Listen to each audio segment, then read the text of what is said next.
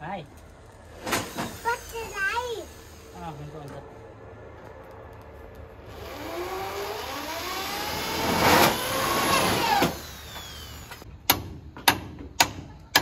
अहिले हामी यहाँ हाम्रो गोविन्द सरको घरमा आएका छौँ। सर नमस्कार है। नमस्कार सर। सरले यहाँ खासमा चाहिँ कुखुरा पाल्ने रहर गर्नुभएछ, त्यसको लागि चाहिँ यहाँ खोर बनाउने काम भइरहेको छ। यतातिर हाम्रो दाजु हुनुहुन्छ। हेलो दाजु नमस्कार। हजुर नमस्कार। अहिले यो कुखुरा खोर जुन तपाईँको डिजाइन छ, हजुर यसको बारेमा अलिकति यहाँ साथीहरूले पनि देखाइदिउँ भनेर मैले सानो भिडियो बनाउन थालेको है। उठ्नु एकैछिन है, एकैछिन काम तपाईँ रोकिदिएँ, डिस्टर्ब गरेँ। यो खोर छ नि, हजुर यसको बारेमा सर अलि भन्नु न, कति फिटको छ अनि कस्तो काठहरू प्रयोग गर्नुभयो, यति काठहरू बनाउन कति खर्च लाग्यो, अनि यो जालीहरू यताउता सबै गर्दा लगभग कतिमा भ्याइला होइन।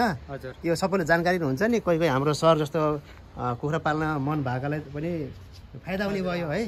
त्यस कारणले गर्दा चाहिँ अब सरसँग अलिक सोधौँला, तपाईँले यो कति साइजको अनि कुन डिजाइनको बनाउन थाल्नुभयो यसो भन्नु त ल। यो खास गरिकन यो टिन खानाको तयार हुँदैछ। हजुर यो तल्लो खानामा कुखुरा भयो, यतातिर यो पहिलो खाना भयो होइन, दोस्रो खानामा पनि कुखुरा हुने भयो, यो माथिल्लो खानामा बट्टे आउने भयो। यो माथिल्लोमा बट्टाइ, यसको उचाइ 5.5 फिट छ। यो 5.5 फिट। अनि भनेपछि यो यस्तो छ होइन, यो 2 फिटको छ यो हाइट। हजुर हजुर यो 2 फिट यो 2 फिट। हजुर यो कुखुराको लागि भयो होइन। यहाँ आधा फिट, यो आधा फिटमा बट्टाइ अट्ने भयो। अनि भनेपछि यसको लम्बाइको साइज चाहिँ 6 फिट छ। हजुर अनि यसको चौडाइ 3 फिट छ। अनि अब यो भनौँ न, यो काठ यति लगभग हाम्रो यो ढाँचा बनिसक्यो होइन। हजुर हजुर लगभग अलि 50% काम सक्यो नि। सक्यो यति काठ कति जति खर्च भयो यसमा? यसमा तपाईको 44 किलो काठ लागेको छ। भनेपछि यो सामान्य किसिमको काठहरू प्रयोग गरिरहेको छ होइन। सामान्य किसिमको यसमा साज अनि जामुन कोही एकाध तुनीहरू छ, अनि सामान्य खालका काठहरू प्रयोग गरिरहेछ। र अब बाँकी अब हामीले यसमा सस्तो काठ प्रयोग गर्यौँ। कति लाग्यो यसमा? हाम्रो सर थाहा होला सरजी।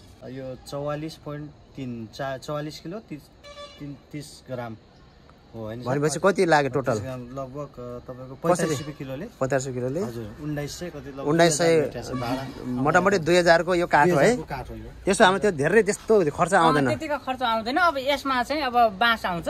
हामीले यो सेफ्टी चाहिँ बाँस हाल्छ त्यतिर हैन। यस्तो 3 फिटमा बाँसको सेफ्टी बनाइन्छ। हजुर अनि त्यसपछि वरिपरिबाट जाली, माथि यसबाट फेरि बल टिन, माथि चाहिँ टिन लगाइन्छ फेरि लगाइन्छ।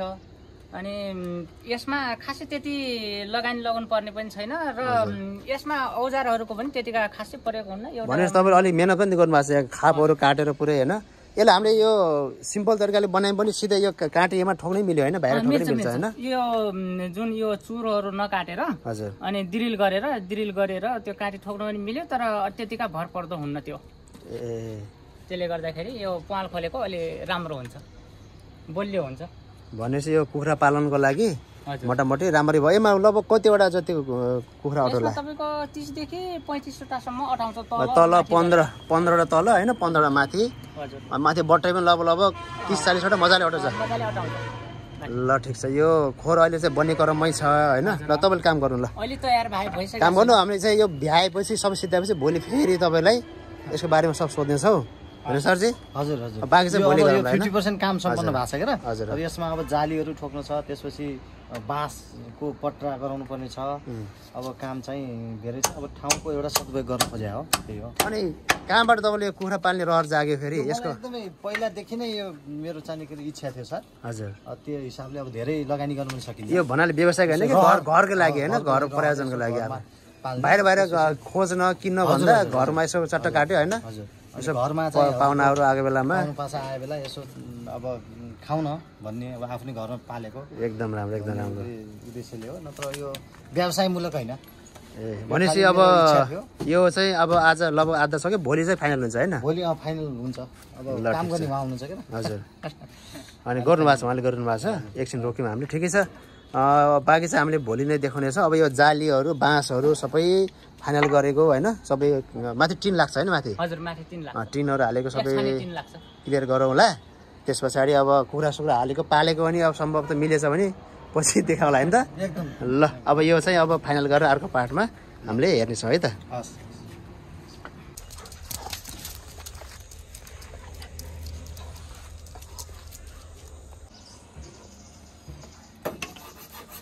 आज यो दोस्रो दिनमा होइन त हाम्रो दोस्रो दिनमा चाहिँ यो सबै अब बाँसका यस्तै नि भाटाहरू काटेर सबै बिछ्नु भएको छ। यहाँ सानो सानो मिस्त्रीले काम गरिरहनु भएको छ यहाँ। अब हाम्रो लगभग के हो यो तल बिछ्नु काम सक्यो होइन?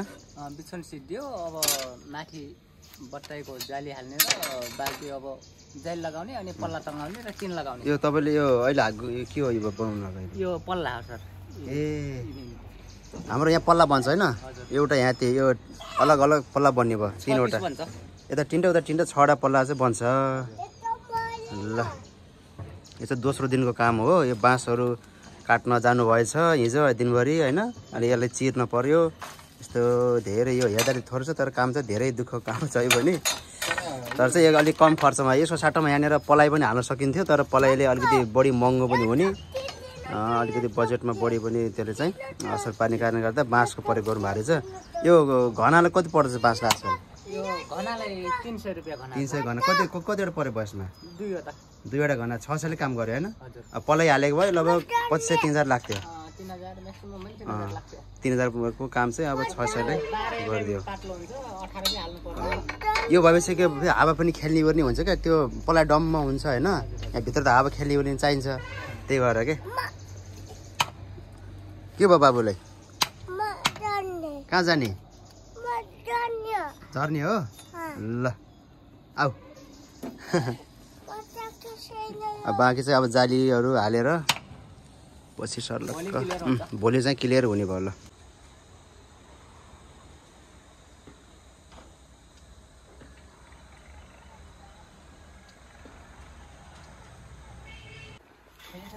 ल फाइनली अब हामी ठ्याक्कै अब यो फाइनल भइसकेको बेलामा आइपुगेछौँ हेर्न। यो कति 5औं दिनको दिन चाहिँ अब यो सबै फाइनल गरेर जालीहरू लगाएर यहाँनिर झ्यालहरू सबै त्यो ढोका झ्याल होइन ढोकाहरू हालेर आज टिन लगाउने काम भइरहेछ नि त दाजु? टिन लगाउने काम भइरहेछ। अब लास्ट फाइनल भयो भनौँ। अब यो टिन लगायौँ भने यसको काम सकियो। यसमा चाहिँ कुखुरा चल्लाहरू हाल्न सकियो होइन? मोटामोटी यो कति लाग्यो होला, कति खर्च लाग्यो होला यसको बारेमा अलिकति भन्नु नि तपाईँले। ल मोटामोटी चाहिँ लगभग तपाईँको 20 त क्रस गऱ्यो कि जस्तो लाग्छ के र?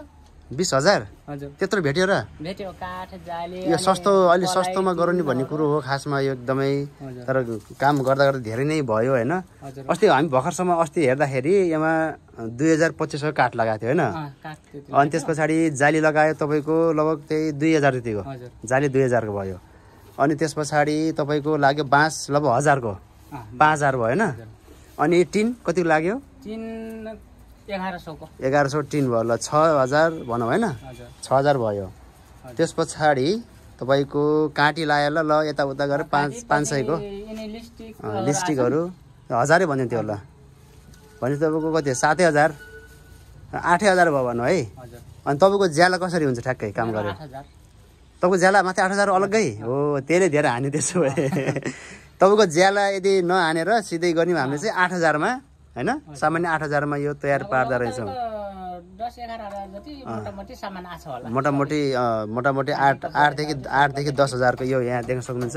यो ढोका यो तीनवटा यतातिर यो माथिको भनेको यो ठ्याक्कै बट्टाइ बस्नको लागि भनेर बनाउनु भएको रहेछ। यतातिर डबल पल्ला छ अनि यतातिर फेरि यो पनि दुईतिर, किनभने चाहिँ यहाँभित्र छोप्न सरसफाइ गर्न उर्न सजिलो होस् भनेर डबल यहाँनिर ढोका यहाँ जम्मै 6वटा ढोका यहाँ फिट गर्नु भएको रहेछ। भित्र चाहिँ बाँसकै प्रयोग भएको छ। यही नै छ एकदमै जो हेर्दा चाहिँ राम्रै बनेको छ। यो सामान्य रूपमा बनाउन खोजेको तर गर्दै एकदमै राम्रो भइसकेको छ। अब यसमा जम्मी हामीले लगभग तल 20वटा माथि 20वटा माउ पोथी भालेहरू मजासँग राख्न सक्छौँ जस्तो छ। तारहरू एकदम मिलाएर राम्रोसँग हाल्नु भएको छ, एकदमै ठिकठाक छ। पलाइले राम्रोसँग यहाँनिर राखेको छ, पलाइ बारिएको छ। अनि माथि टिन लाउने काम भइरहेको छ। अब सकियो है त? लास्ट कामहरू यति हो। टिन ठोक्नु भयो नि भ्याइयो होइन? फाइनल भयो। तपाईँको ज्याला त राख्दै रहेछ त ठ्याक्कै। हुन त बिचरा दुःख धेरै गर्नुभयो तपाईँले, धेरै दिन पनि गर्नुभएको। तर यसो हेर्दाखेरि अब हामीले घरमै गऱ्यौँ भने लगभग 10,000मा सकिन्छ। तर सिप पनि चाहियो अलिअलि सिप चाहियो सिप चाहियो। एकदमै सामान्य रूपमा बनाउन खोज्यो तर एकदमै राम्रो भयो। हेर्दै जाँदै ल ठिक छ। चारैतिरबाट जालीले घेरेको छ। यतातिर यो पाइप किन हाल्नु भएको छ त फेरि? यो बट्टैले अन्डा पार्दाखेरि हजुर अनि त्यो गुड्केर यसमा आओस् भनेर। अन्डा आफै यहाँ अटोमेटिक जम्मा हुने। हजुर यो अलिक सोलपमा छ होइन यो पलाई। हजुर अनि अरू तल कुखुराको त सिम्पल भइहाल्यो। कुखुरा सिम्पल भइहाल्यो। अनि टिन कति लाग्यो टिन टप यो यहाँबाट यो कति फिट हो यो? यो 12 फिट ल्याएको। 12 फिट 3 पिस। 3 पिस बनाइयो। यही नै रहेको छ। अब सस्तोमा बनाउनु भनेको लगभग अब 10-12 हजार जतिमा अब लागिहाल्छ। काठ पनि महँगो छ, सबै कुराहरू महँगो छ। अनि यो पहिले तपाईँले बनाउनु भएको छैन यस्तो डिजाइनको खोरहरू? यो डिजाइनको यो बट्टै राख्ने त अहिले उ गरेको छैन, त्यो बनाएको छैन। हजुर। अनि यो कुखुरा राख्ने अनि यसमा खसी बोकाहरू राख्नको लागि त बनाएको छु। यो अहिले चाहिँ सरले बट्टै राख्ने भन्नुभयो र यो खालको बनाए है। यो चाहिँ तपाईँलाई नयाँ नौलो चाहिँ भयो। गाह्रो भयो? कति गाह्रो भयो बनाउँदाखेरि? गाह्रो त अब काम हो सर, गाह्रो त भइहाल्छ नि। गाह्रो भयो है? एक्लै बाँस काट अनि बाँस सबै एक्लै तपाईँले होइन? ल ठिक छ। लगभग 4 दिन बाँस काट 1 दिन भन्नु 5 दिनको दिन चाहिँ यो तयार भइसकेको छ। यही नै हो सरसर्ती हेर्नु। अब आइडिया यो हेरेर आफै घर अलिअलि बनाउन सकिन्छ। अब मिस्त्रीको सहयोग ल्यायो भने धेरै राम्रो हुन्छ काम। तर यदि घरमा पनि हामीले सस्तो मूल्यमा यो बनाउन सक्छौँ। यो तलको भाग भयो होइन? यो जमिनदेखि कति उठेको छ यो? जमिनदेखि 6 इन्ची। जमिनदेखि 6 इन्ची यो भयो। अनि यो माथिको यो हाइट एउटा यो खानाको कति छ यसको? यसको 22 इन्ची छ यो खाना। यो 22 इन्ची। हजुर। यसको दुरी 22 इन्ची छ। यो माथि पनि 22 इन्ची। अनि सबभन्दा माथिको तपाईको 9 इन्ची या 10 इन्ची यस्तै कति पर्छ। ल ठिक छ। अब यो खोर अब एकदमै रेडी भएको छ। अब हामी चाहिँ कुखुराहरू बट्टैहरू हालेर झिलिमिली पारेर पछि अर्को भिडियोमा देखाउने छौँ भन्दै अहिलेलाई बिदा दिनुहोस्। हस् त, धन्यवाद। ल तपाईँलाई पनि धन्यवाद है त।